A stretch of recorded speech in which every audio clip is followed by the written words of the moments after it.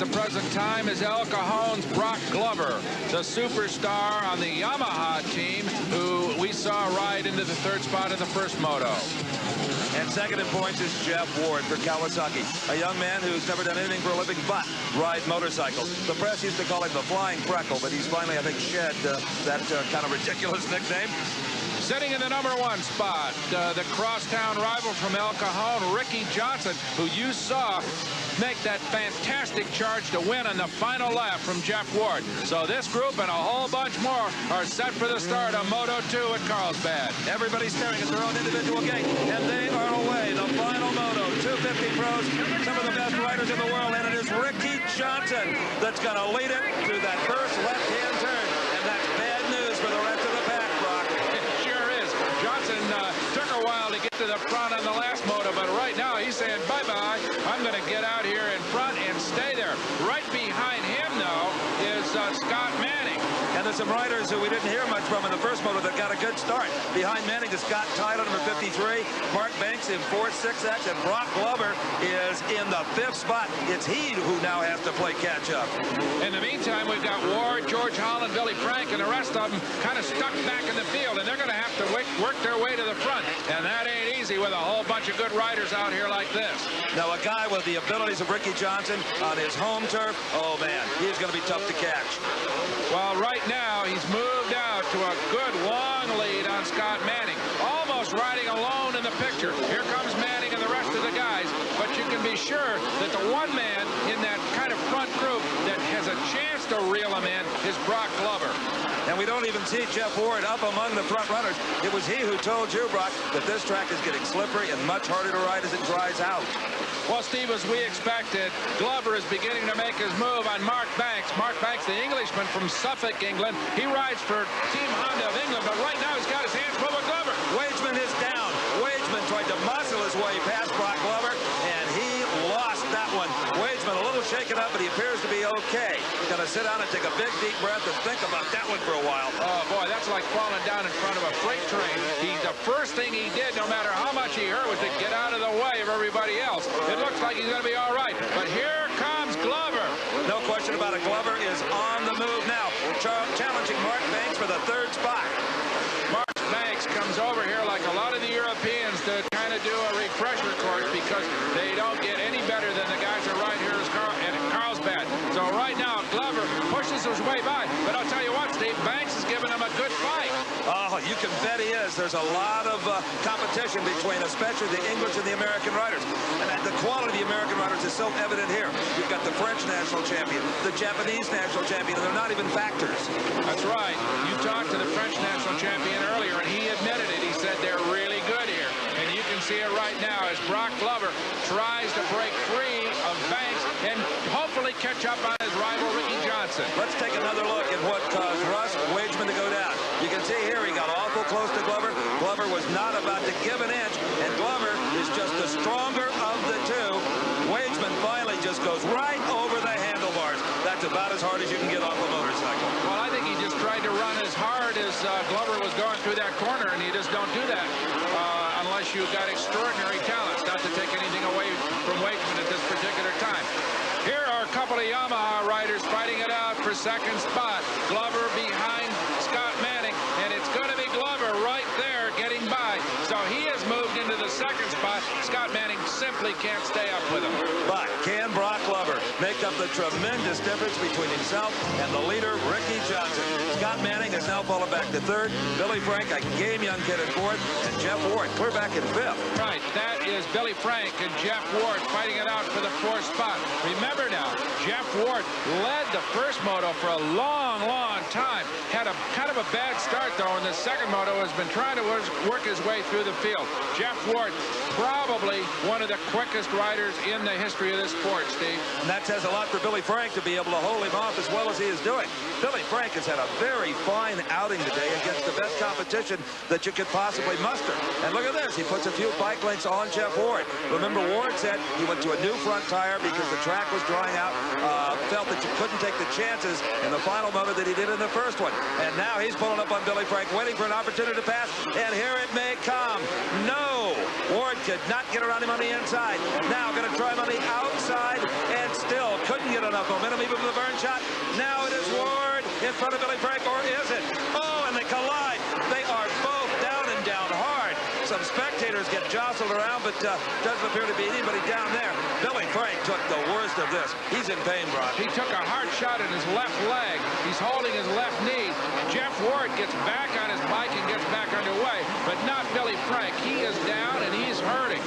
A tough shot Billy Frank took, and apparently it was that left leg that took the brunt of the collision. Let's take another look at it now. Both trying to get into the same spot on the racetrack. There they come together. Down they go. Notice Billy Frank's left leg hooked underneath him as he went down, and that is where the damage was obviously done. See him? He is going to grab that left leg, and that's a tough break. What a good ride he was having up to that point. Well, he was just so aggressive, and he lost it and ran right into Ward. But the benefactor, the Frenchman in the pink leathers, Jackie Vimont, he is now up to fourth and trying to pass Scott Manning for the third spot. Notice that Vimont is carrying 70 on the back of his leather, Steve, but 7P is his number in the race. 70 is his number in France, and he's carrying this number over here in the United States. But right now, he doesn't care what number he's got on his back or on his bike. His eyes are concentrating on Scott Manning immediately ahead of him. And right now, Manning is holding him off. Well, Vimont, though, is proving why he has been several times the French national champion. And typical Frenchman, he likes to style it over the jumps, even though he's trying to pass for third spot. Well, he's going to try to dive underneath him into turn one. Can't make it work.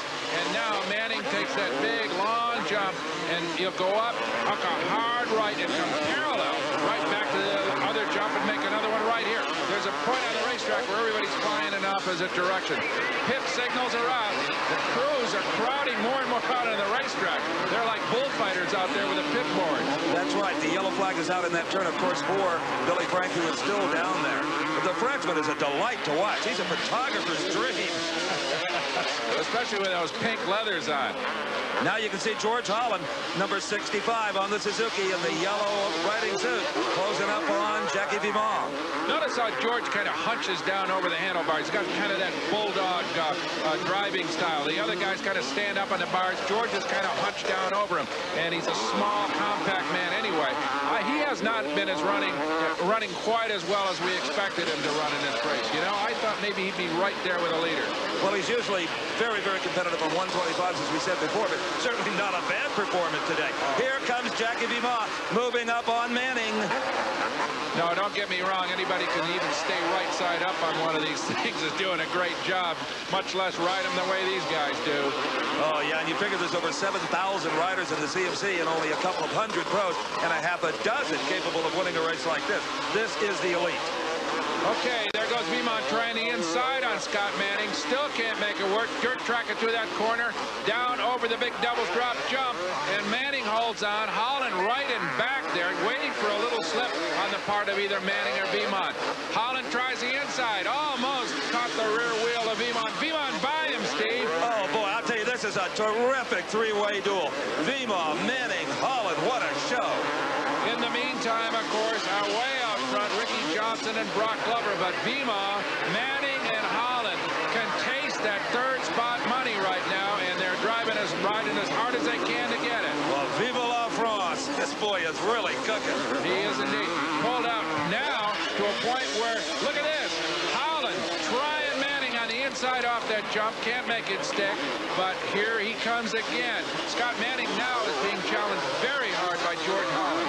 Well, you described Holland earlier as a bulldog, and that's the kind of performance he's putting on now. Just gritty, tenacious.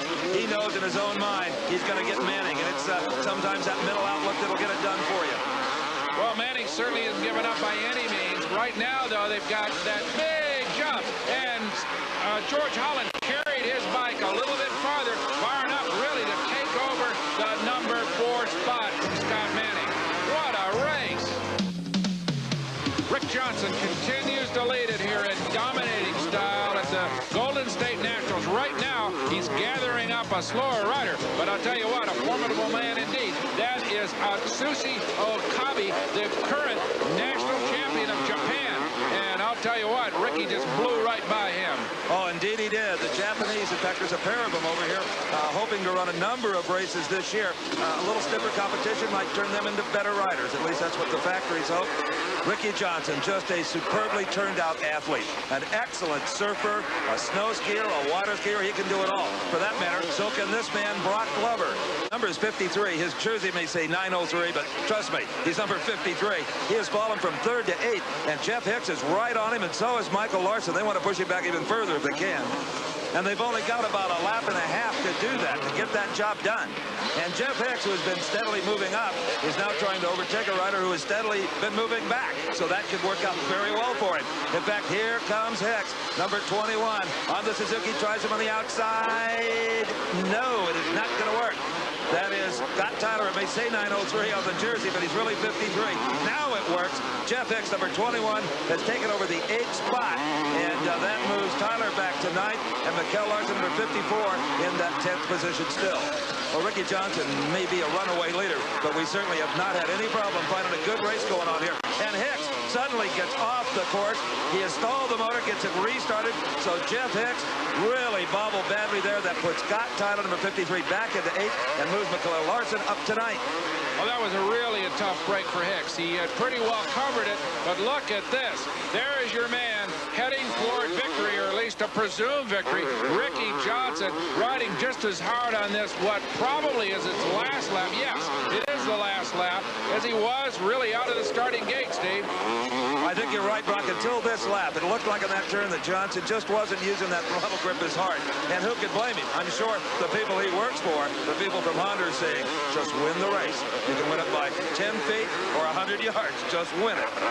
Well, right behind him, of course, is his arch rival, Brock Glover, his neighbor, as it were, from Costa Mesa. So you can be sure that one bobble is going to cost him the victory. So right now, yeah, I think you're right. Rick Johnson is running considerably slower right now. And if he had a rear-view mirror on that thing, he could see that well behind him is Brock Glover. You know, you see these riders go, oh, look at how easy. He's just stroking it now. Oh, yeah. Now, you see these riders, oh, and there it is. He wins it with double V's for victory. What a ride for Ricky Johnson. Now a little wheelie, celebrating.